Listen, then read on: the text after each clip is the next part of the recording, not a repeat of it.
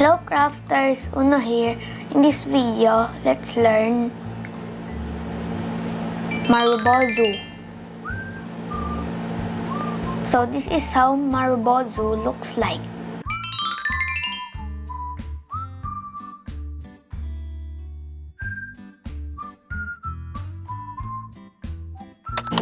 The green candle is a bullish Marubozu, while the red candle is a bearish Marubozu.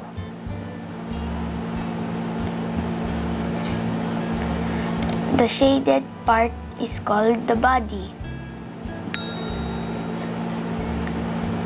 It has no upper and lower wicks. In bullish Marubozu, the open price is at the bottom of the body, while in bearish Marubozu, the open price is at the top of the body. In both candles, the high price is at the top of the body. In both candles, the low price is at the bottom of the body.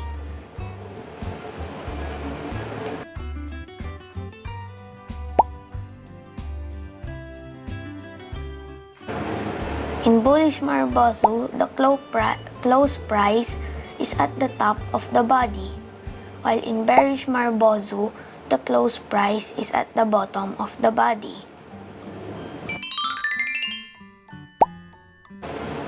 In bullish Marubozu, the open price is equal to the low price. The close price is equal to the high price.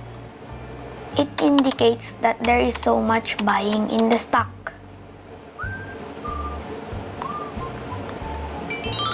While in the bearish Marubozu, the open price is equal to the high price.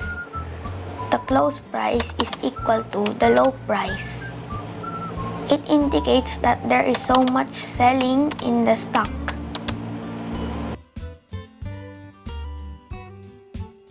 Let's practice spotting Marubozu candlesticks.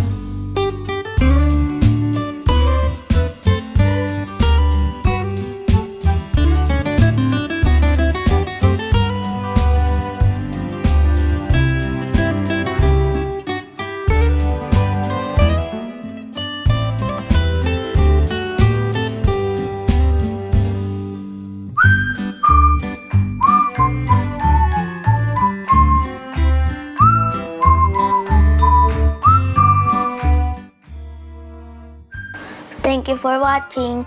If you like this video, please give it a thumbs up. Please subscribe to my channel and hit that notification bell so you will be updated every time I post a new video.